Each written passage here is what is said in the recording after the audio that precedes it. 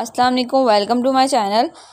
आज हम अपना कंसेप्ट देखेंगे फोनोलॉजिकल डेविएशन का, जो कि थर्ड टाइप है फोनोलॉजिकल डेविएशन की, विच इज़ एपकॉप। हमने अपनी 2 टाइप्स को ऑलरेडी डिस्कस कर लिया है, वो आपको उनका वीडियोस का लिंक डिस्क्रिप्शन में मिल जाएगा, आप वहाँ से देख लीजिएगा। टाइम ज़ाया किए बगैर हम अपना ये वाला कंसेप्ट स्टार्ट करते हैं। उससे पहले अगर हमें चैनल पे न्यू है तो लाइक, सब्सक्राइब और शेयर करना मत भूलें।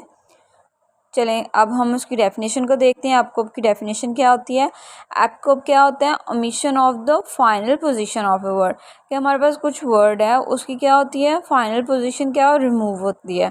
कि फाइनल जो पोजीशन, जब हम उसको ट्रांसक्रिप्शन के बाद उसके प्रोनाउंस करते हैं तो उससे क्या होता है, समटाइम उसकी पोजीशन जो है ना वो रिमूव हो जाती है। लाइक हमारे पास वर्ड है बायोलॉजी एंड जिम्नेजियम। जिम्नेजियम हमें से बायोलॉजी हमारा जो वर्ड है एक बुक का नेम है, तो हम उसे मोस्टली क्या करते हैं, हम मोस्टली हम अपनी फॉर्मल लैंग्वेज में इसे बायोलॉजी नहीं कहते, हम कहते हैं बायो।